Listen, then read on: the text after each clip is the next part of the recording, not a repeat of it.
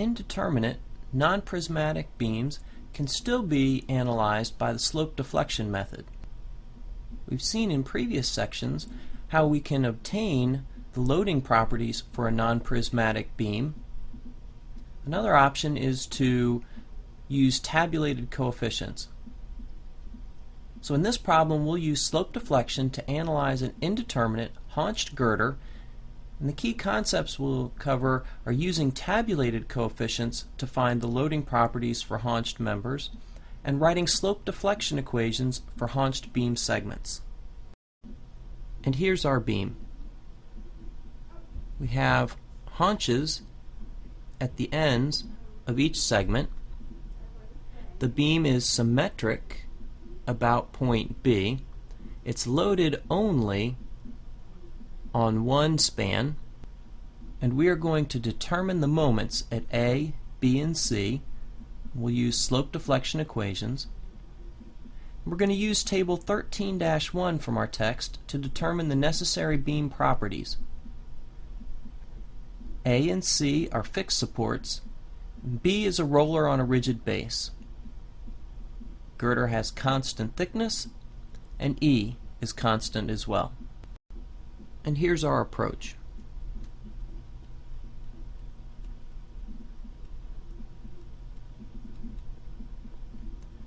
We'll start by approximating the answer.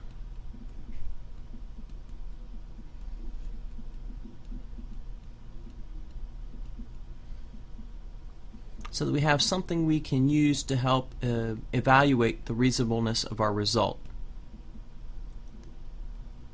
Then we'll look up the loading properties.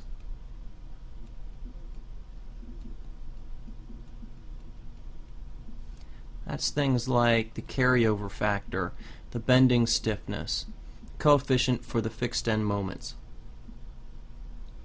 We'll write our slope deflection equations.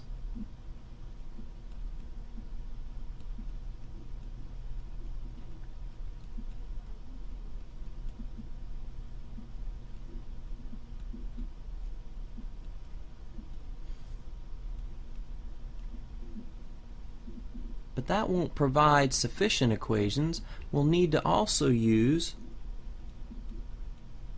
an equilibrium equation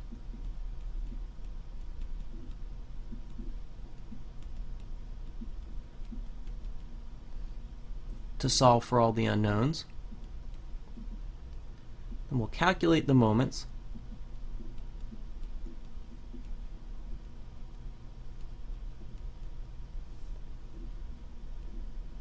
And we'll compare with the approximation.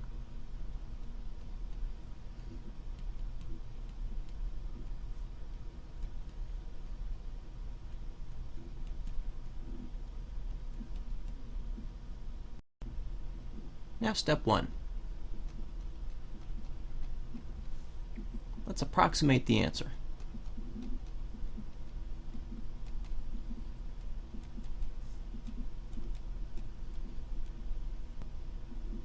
And the goal is to have something to either bound our solution or resemble our solution so that we can evaluate our results at the end of our slope deflection analysis.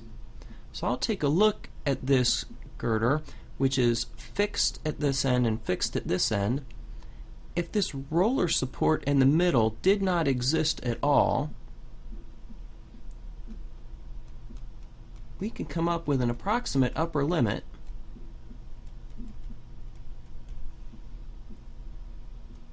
if we also ignored the variable moment of inertia, ignored the haunches,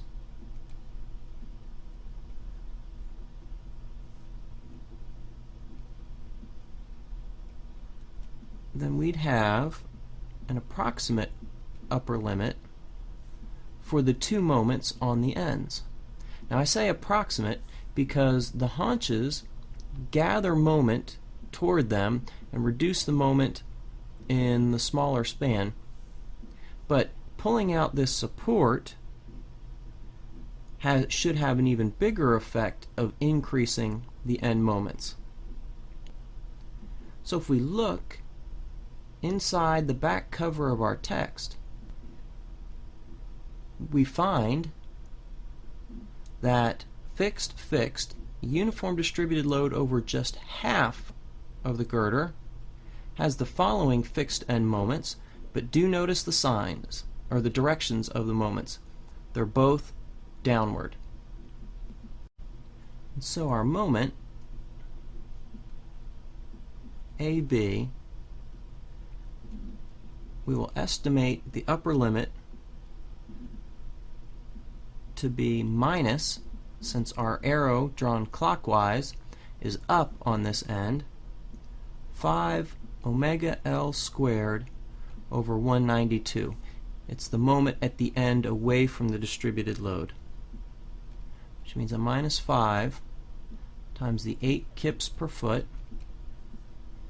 times the length, which would be this entire distance, and that's 40 feet squared over 192, and so that upper limit equals roughly negative 333 foot kips, and the moment CB upper limit is likely to be 11 omega L squared over 192. So we have 11 times the distributed load, the length of 40 feet squared over 192, and that will be 733 foot kips. Now for the moment midspan.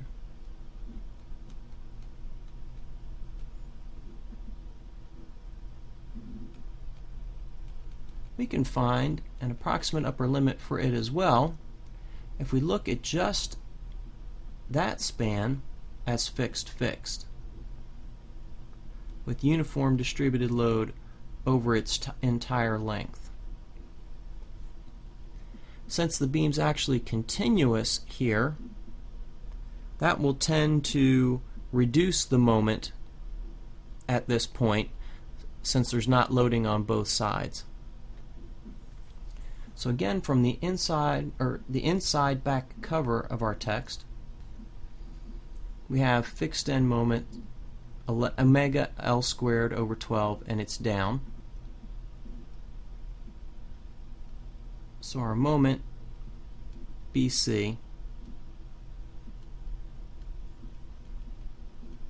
limit will be approximately minus omega L squared over 12, which is a minus 8 kips per foot, times the length of just BC, which is 20 feet, squared over 12, and that gives us a negative 267 foot kips. To find the loading properties, we can use table 13-1, and we have a beam with straight haunches and constant width. So let's use that resource in step 2 to find the loading properties. I've copied the figure from the top of that table so that we can determine the constant values for the geometry of our beam.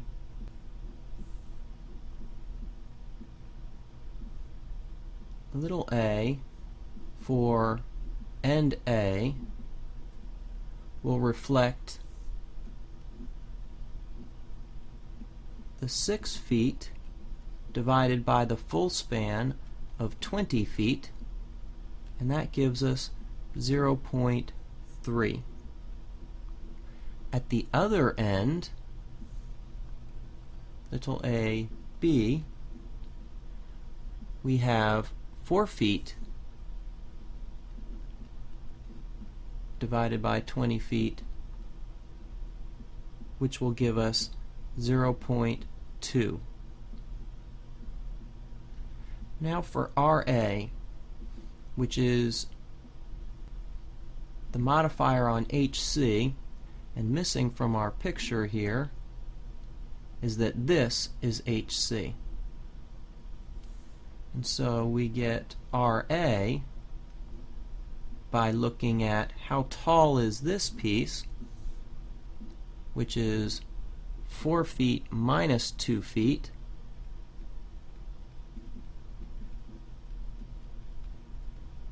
and dividing it by HC, which is 2 feet. And we get 1.0. At the other end, RB, same process. This height is 4 feet minus the 2 feet.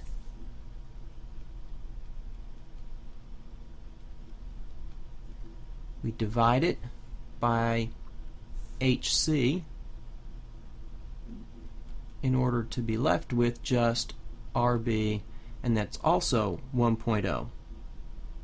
Now I want to point out, although these are labeled A and B, they are not the same as this A and B. This denotes the end where we calculated the 6-foot haunch over the 20-foot span. So this coefficient is pertinent to the A end of member AB and the C end of member BC. The B coefficients are pertinent to the B end of member AB and the B end of member BC. So now let's go to the table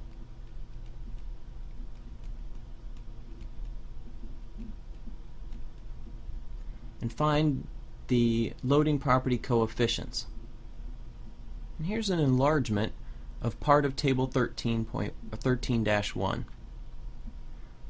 In the case of our beam, A subscript A is 0.3 and RA is 1.0, so it's this portion of the table we need.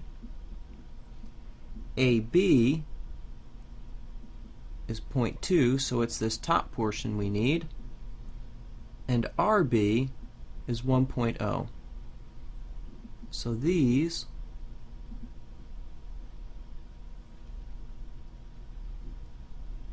are the factors we need. We don't need this information because we don't have a concentrated load acting on our beam. We have a uniform load. And just a reminder, these subscripts refer to this picture, not directly to our 2-span beam. So from the table, we can calculate for our beam. And so now we're talking about, at this point, the stiffness AB is little k AB from the table 13-1, EI over L. And so that equals 10.06 EI over L, L being a span of 20 feet. The stiffness from the other direction is going to be little k BA, where this BA refers to this B and this A,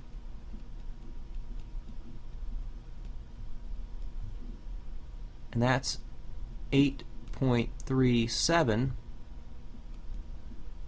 EI over L. KBC for this girder is going to be little k BA, where this BA refers to this picture, EI over L, so it's exactly the same. And that's due to the symmetry of the structure. And KCB is going to be KAB EI, and this is the same K as this one because of the symmetry of our structure.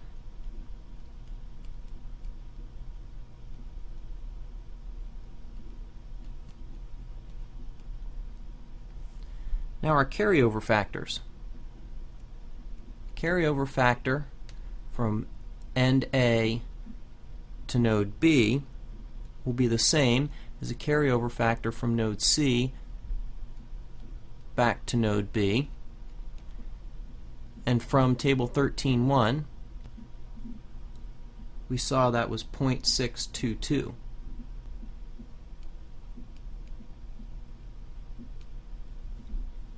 Carryover factor going in the other direction, from B to A and from B to C, will be 0.748.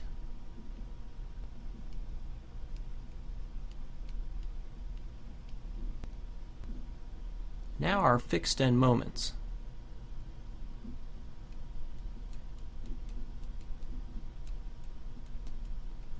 And we'll draw them always clockwise.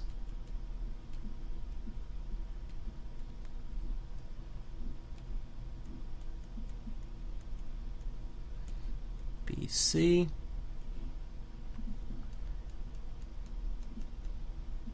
and CB. Now, fixed end moments AB and BA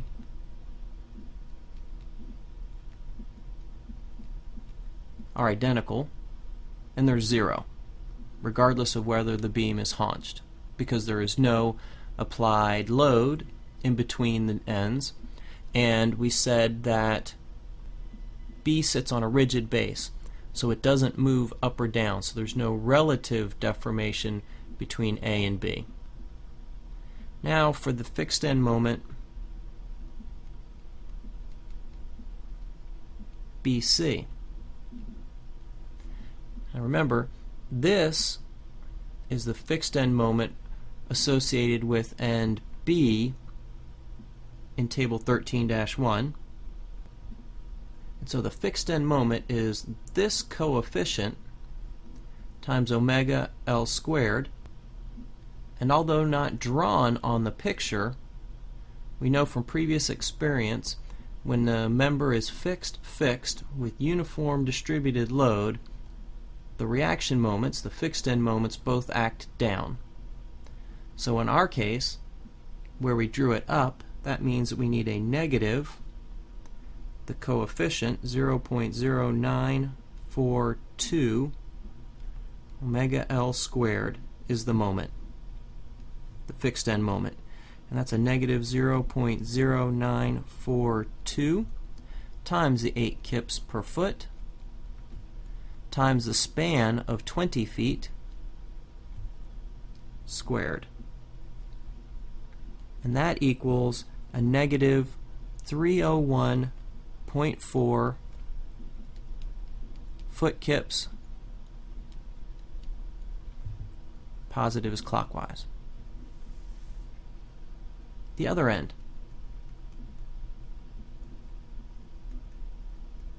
Now we're talking about the fixed end moment here, which refers to this end in the picture in table 13-1. And so our fixed end moment is this coefficient times omega L squared.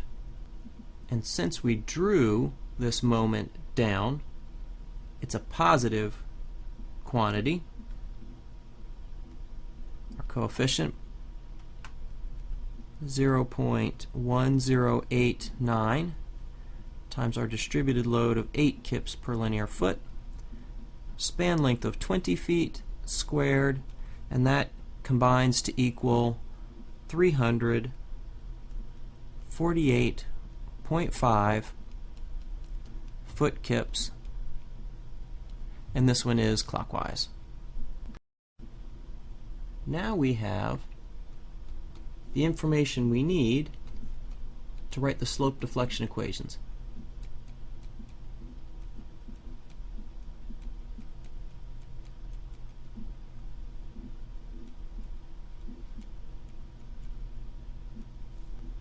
In the general form of the slope deflection equation, when the member is non-prismatic or prismatic, n will refer to the near node, f the far node. It's the bending stiffness times the slope or rotation at the near node plus the carryover factor times the slope or rotation at the far node minus the relative deformation times 1 plus the carryover factor, to which we add the fixed end moment.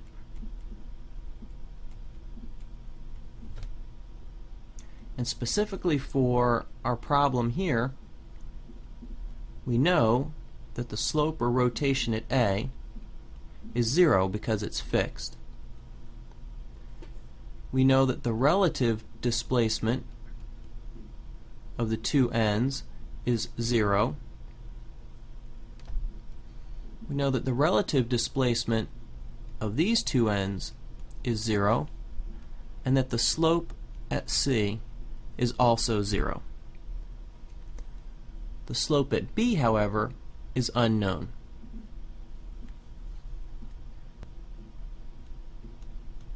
So our equation for moment at end A of member AB is the stiffness of member AB times the slope at A plus the carryover factor from A to B times the slope at B minus the relative deformation, which is 0, times the quantity, which is irrelevant because the relative displacement is 0, plus our fixed end moment, which is 0 at this end, which means that we take our bending stiffness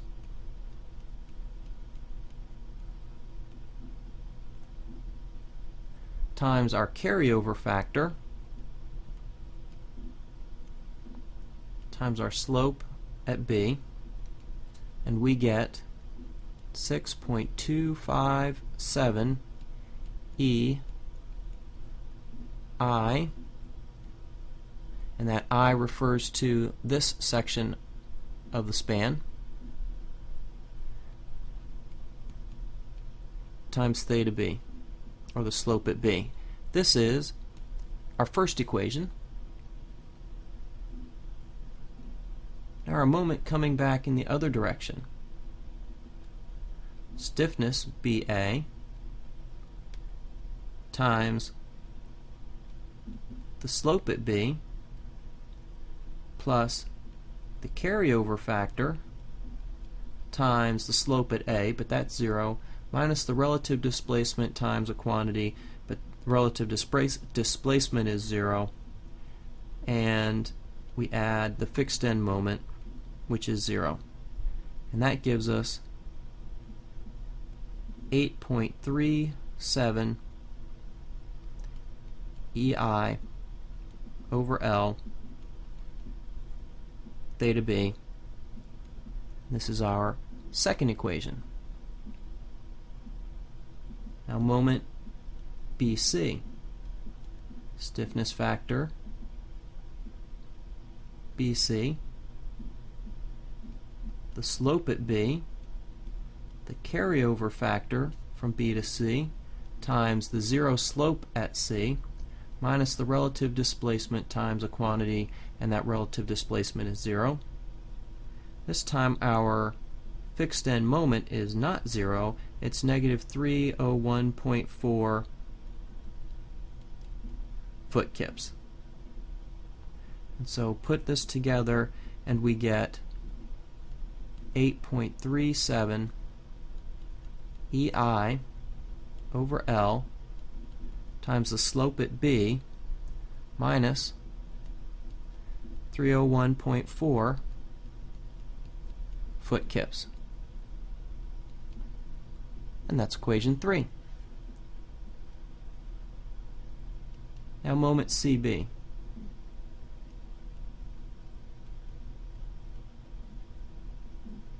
We have the slope at C, which is 0, plus the carryover factor, CB, times the slope at B, minus the relative displacement times a quantity, but the relative displacement is 0, and we add our fixed end moment, which is 348.5 foot kips. Put that together, or insert for quantities, we have the 10.06 EI for stiffness times the carryover factor times theta B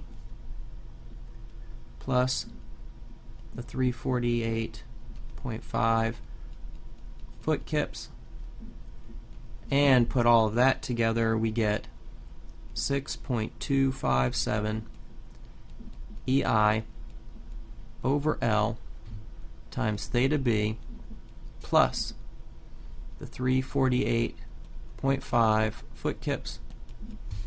That is equation 4. But we have 1, 2, 3, 4, 5 unknowns with our 4 equations, so we need one more equation. And that 5th equation we get from equilibrium.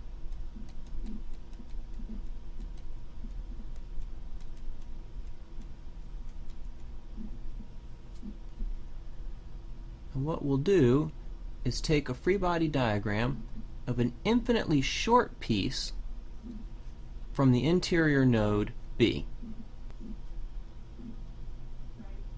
So we have unknown BY,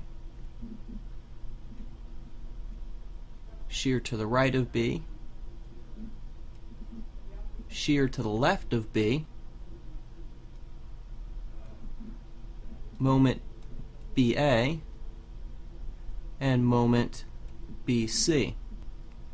And I drew these moments counterclockwise because our sign convention is to draw moments at the ends of the beam segments clockwise.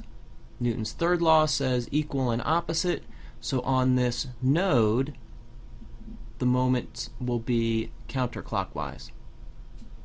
It's infinitely short piece, so the vertical forces contribute no moment. So when I sum moments about point B, and I will take counterclockwise as positive since that's the direction of my moments, the only contributions are the moment BA and the moment BC. And this is my 5th equation. So let's substitute the equation for BA, which was equation 2, and the equation for moment BC, which was equation 3, into 5, and we'll get 0 equals, equation 2 is this, 8.37 EI over L, slope at B. We'll add in this moment given by this expression, 8.37 EI over L theta B minus 301.4 0.4 foot kips. I'll consolidate these terms, move them to one side, the moment to the other. I have 16.74 EI over L theta B must equal a positive 301.4 foot kips. And then I solve for the rotation at B, and I get 18 foot kips times L over EI. And since our moments at the ends of the beams are positive if clockwise, a positive slope means a clockwise rotation, so it means that our displaced shape passes through point B like that, which seems pretty reasonable considering the load is on this span. Now we are ready to calculate the moments in the beam.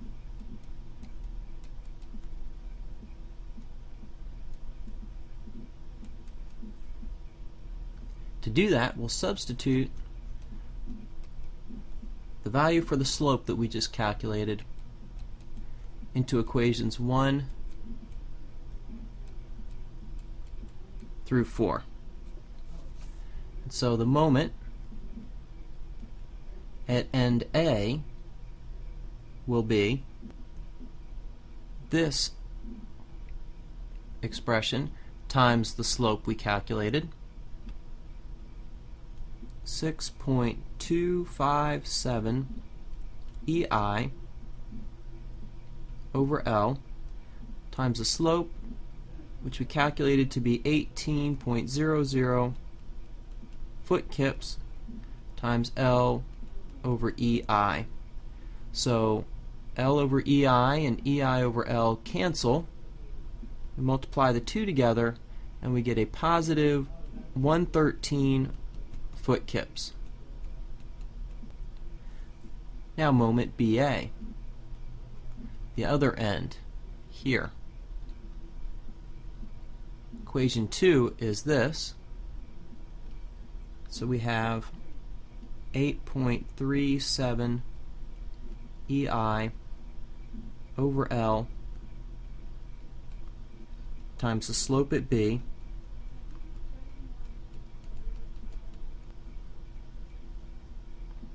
and together that equals a positive 151 foot kips. Now the other side of node B, moment BC, which is given by this equation,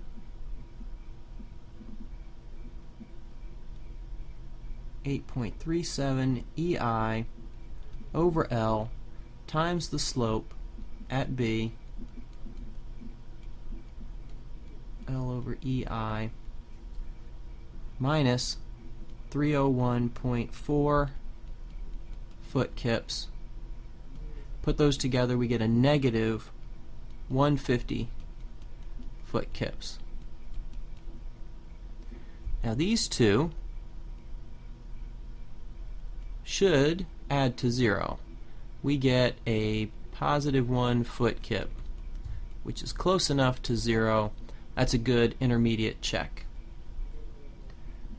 Now the moment CB, the reaction at end C. Our equation is this, and so we have 6.257 EI over L times the slope at B, L over EI, plus the 348.5 foot kips, and that gives us a total of positive 461 foot kips. Now let's compare our results with the approximation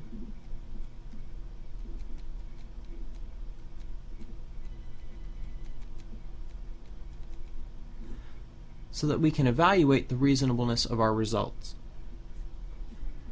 The moment at AB we calculated to be 113 foot kips,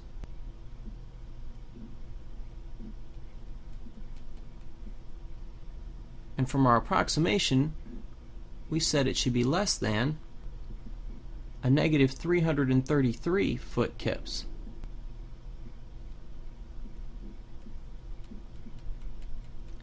So the magnitude is definitely less, but the sign is reversed. So let's see if that's a problem. If we draw our anticipated elastic curve, our anticipated deflected shape, it starts horizontally and curves down under the load. We saw that at B we would have a downward slope or a clockwise rotation. At A, the slope must be 0, and so we'll have a shape as such. So in order to obtain this shape, the moment reaction at A must be clockwise, so a positive quantity is reasonable. When we considered just fixed,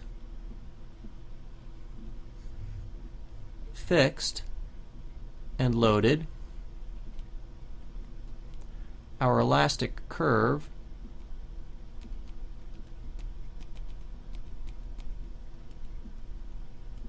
would have looked like this, which would have had a moment going the other direction. So we should not have expected the quantity to be negative. We should expect it to be positive, but the magnitude should be less than the magnitude we calculated for our approximation. So that's good. Now how about moment BC here at this end? We calculated it to be a negative 150, and that's foot kips, and we said that the magnitude should be less than the magnitude of our moment here, negative 267.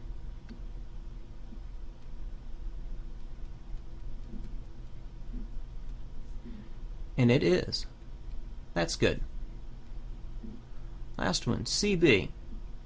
We calculated to be 461 foot kips.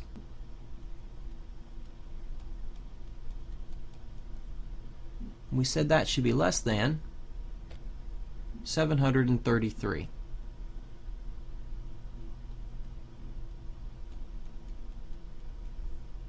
And it is.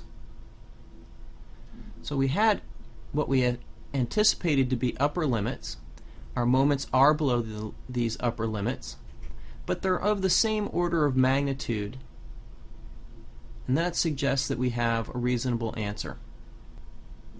If you still want more assurance, another option is to repeat the slope deflection analysis, but using prismatic properties for the beam. That yields results closer to the values we obtained in step 5, but those are underestimates because the haunches tend to gather moment closer to them. And so as an exercise you can perform on your own, if we perform slope deflection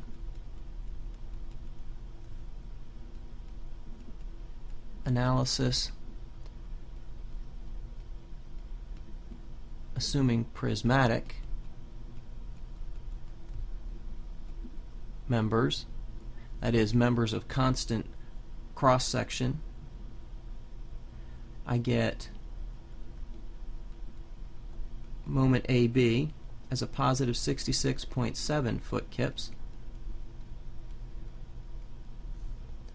moment BA a positive 133.4 foot kips, moment BC a negative 133.6 foot kips, and that difference was in round off in my approach, and CB 333.7 foot kips. So if we go through that process, we do see that they also support the conclusion that we have a reasonable prediction for our non-prismatic beam. Now let's go back and review the process we followed. We started by generating an approximate answer by first considering that there is no support midspan at B, and calculating the resulting moments using information inside the back cover of our text. And we anticipate those will be upper limits to our results. We then looked at what would happen if BC was fixed on both ends, and used that as an anticipated upper limit for the moment at B. We then found the loading properties using table 13-1. We began by identifying the geometry, calculating little a and little r for both ends of the members. Fortunately, AB and BC are identical, just mirror images of each other, so we only had to go through this process once. We then found our coefficients for our bending stiffness calculations, our carryover factor, and for our fixed end moment calculations. We then wrote our slope deflection equations using the general slope deflection formula. That gave us 4 equations with 5 unknowns, and we obtained our 5th equation from equilibrium at the interior node B.